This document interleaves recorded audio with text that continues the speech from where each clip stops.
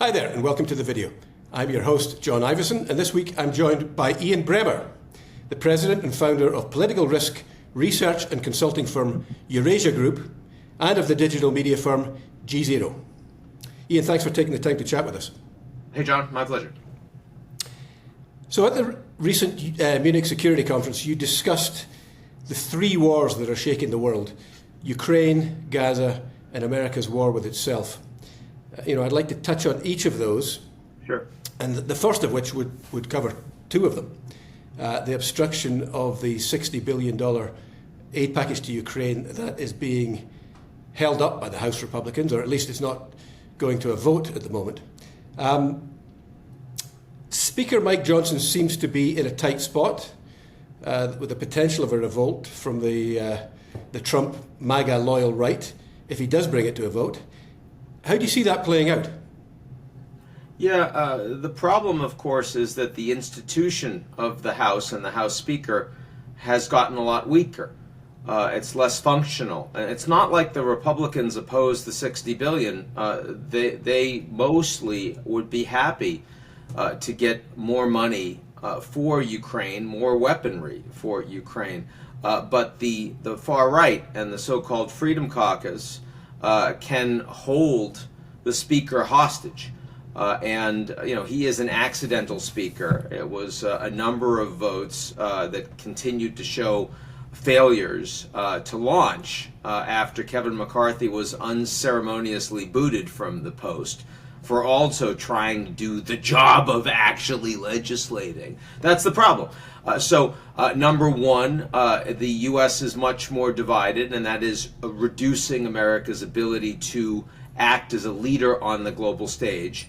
And number two is willingness to engage in support for Ukraine is becoming more politicized in the United States, and that will grow as Donald Trump secures inevitably the Republican nomination in the coming weeks.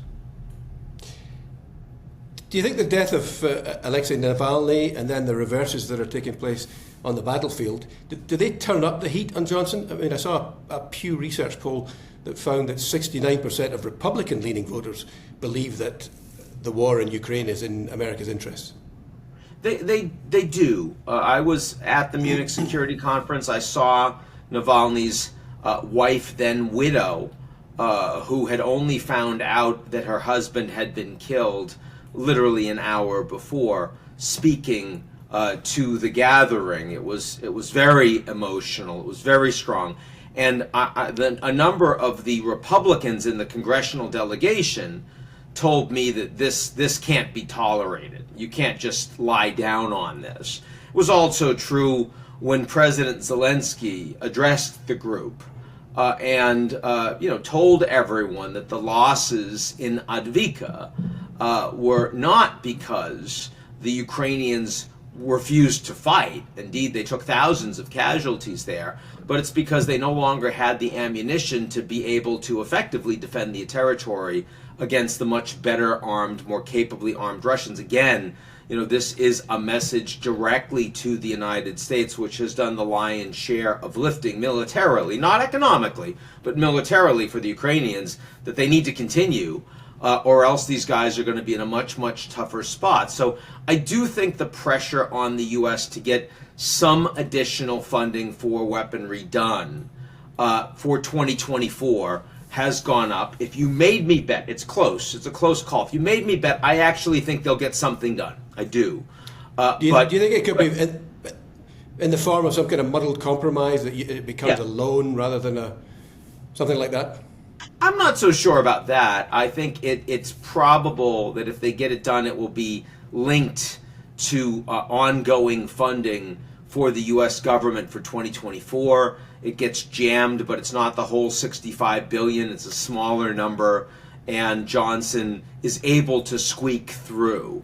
But he could also fall on his sword and lose his position on the back of this, and that's okay too. I don't think he feels the need to stay as speaker no matter what. He has made it very clear to Senate Republicans and Democrats that he wants a vote on Ukraine aid. He doesn't want to refuse it coming to the legislators, a clear majority of whom would vote in favor if that vote was put to them. So the dysfunction of the U.S. legislative system, frankly, like the executive, like the judiciary system, it is becoming increasingly obvious to everyone out there, not least the Canadians, who don't have a lot of these problems but are affected more than just about anybody else in the world. We have our own problems, but yeah, I agree, we probably don't have those. Yeah, problems. most people would rather have your problems domestically. I think so. Yeah. What do you think the consequences are on the ground if this money doesn't flow?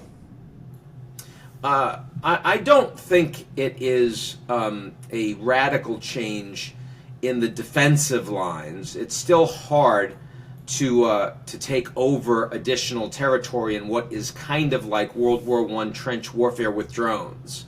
And the Ukrainians still have a lot of drones.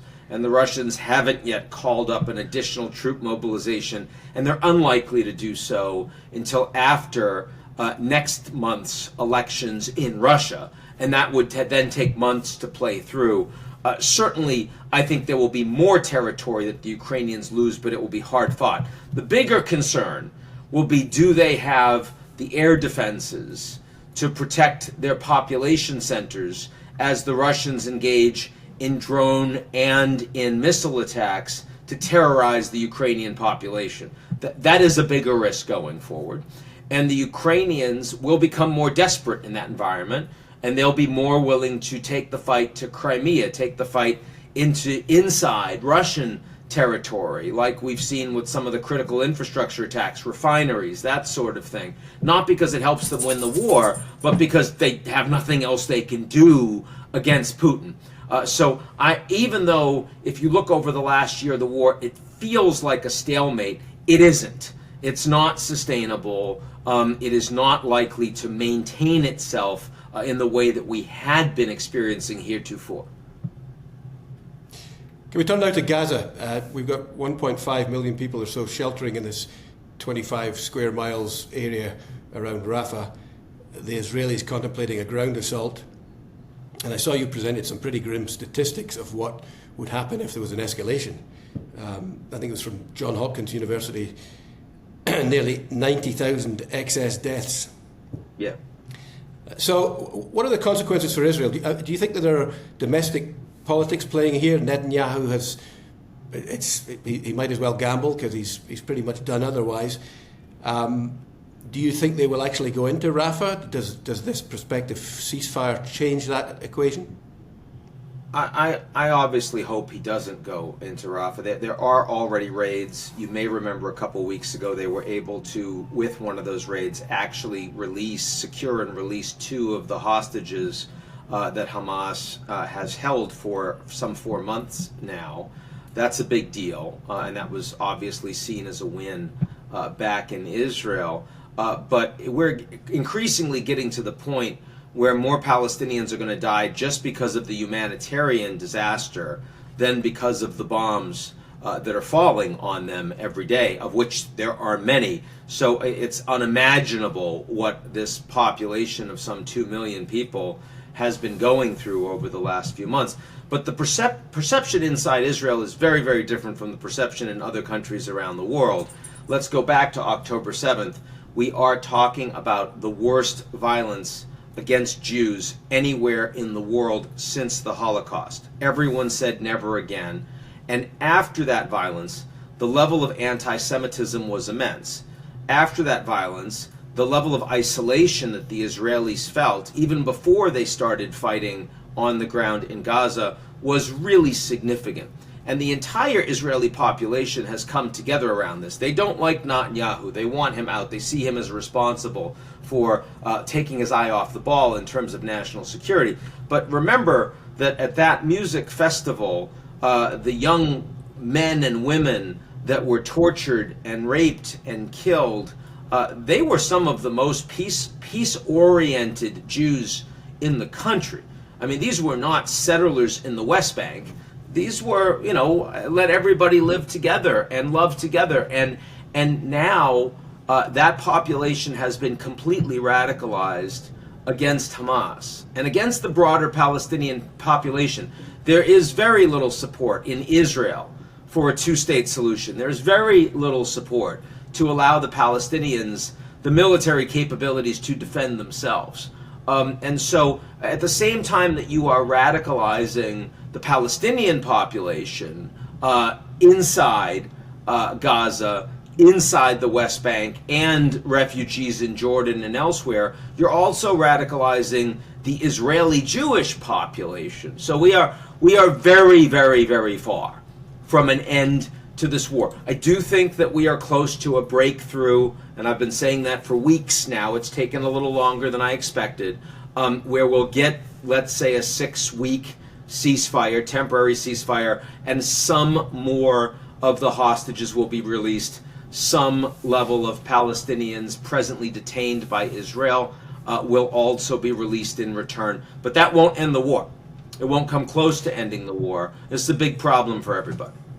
But don't you think it's conceivable that the Israelis could just declare victory and say that Hamas does not have the capability any longer of governing Gaza? I mean, the IDF says that 18 of 24 Hamas battalions have been dismantled. It doesn't have the military capability anymore, and presumably it doesn't have the governance capability. I'd like to see that. I don't see that, honestly. First of all, the Israelis have not been able to either capture or kill Hamas's leadership on the ground in Gaza, the military, the operational leadership, and that's clearly a problem. Also, there continue to be rockets launched against Israel from the north of Gaza this week. So, I mean, if you are Israeli and you are dealing with those air defense sirens every day, every night, it doesn't feel like Hamas has no operational capabilities, irrespective of what the IDF is saying. And in terms of Rafah, you also continue to have extensive tunnel networks and infrastructure from which the command and control of Hamas has been facilitated. And so those they will want to destroy as well. Now, look, I mean, my view on this is no matter how much you do, if it's not Hamas, it will be some replacement of Hamas that will come back and will be seen as governing / representing the Palestinians, either officially or unofficially. It's very hard to kill an idea. In order to have a sustainable Palestinian population that will live in peace with Israel, they need an opportunity for themselves. They need hope. They need a place to live, a place that is theirs, a place they feel secure, and a place that they can be educated and they can actually have a livelihood. They're far, far farther from that than, frankly, at any point since Israeli independence. And they're farther from that not only in Gaza, but they're also farther from that even in the West Bank, where today more settlements are getting built. Their livelihoods are becoming more and more impossible. So again, I wish I could say that common sense and long-term thinking could prevail here. I don't see it. I don't think we're close to it. Just to round off, we've got democracy under assault in each of the war zones that you talk about. Do you think the West, including Canada, has woken up to this concerted effort that's being made to undermine our way of life? And are you optimistic that we will weather the storm? I'm not so sure Canada's woken up. I mean, Canada spends about 1.3% of their GDP on defense. And I know that Trump said that if you don't spend 2%, that Russia should be allowed to invade you. But of course, the reason why Canada doesn't care about this is because the Russians aren't close to Canada. I mean, the countries that are on the front lines of NATO are already spending far more than 2% of their GDP on defense. Poland, the Baltic states, the Nordics. Why? Because they are plenty concerned that this is a threat to them. Canada has been allowed to free ride by dint of its geostrategic position, but also because there are no consequences. I mean, it's not as if the United States has told Canada you're going to be suspended from NATO membership if you don't spend, or you're not going to have access to U.S. intelligence, or you're not going to have access to the best, U.S. military equipment, or you were going to be kicking out the Canadians for military training and exercises. None of that's happened. And, maybe it should. Maybe over decades there should have been a level of pressure, and or else, that would force the Canadians to take it more seriously, and that would make the NATO alliance stronger. But that hasn't happened, and it's not just Canada that I'm picking on here. I mean, the Germans, not only were they not spending on defense, but they were actually aligning their entire energy security of their nation to the Russians. And the former chancellor of Germany was on the board of the Russian company making money off of that, Gerhard Schroeder. The guy should be a traitor, for Christ's sake. So, again, this is not something that is singular to Canadian culture. It's just short-termism, and it's selfishness. And it's a lack of concern for your fellow people. It's a lack of concern for the things that matter to a civic society. And the fact that many people around the world have allowed the public commons to be trampled means that we have a much weaker democratic system today than I think any of us feel comfortable with. That's the reality, and yeah, the risks to that system are growing. They're growing most particularly in my own country, which is the only major democracy in the world today that's incapable of holding a free and fair election that is seen as legitimate by all of its population. That's not true of any other G7 country. It's not true of India. It's not true of Indonesia. Even Brazil, which had a lot of similar problems to the U.S., then made clear that Bolsonaro couldn't run again. He's probably going to end up in jail. So the Brazilians are showing that they have more capacity to be resilient in response to this kind of a challenge than the Americans have. Of course, the United States is also the most powerful country in the world, and that's not changing. So the ability of the U.S. to get its way, even as its values and its political system are less aligned to that of its allies, is becoming a very significant risk geopolitically. Fascinating stuff, Ian. Thank you very much for your time. Have a good day. My pleasure.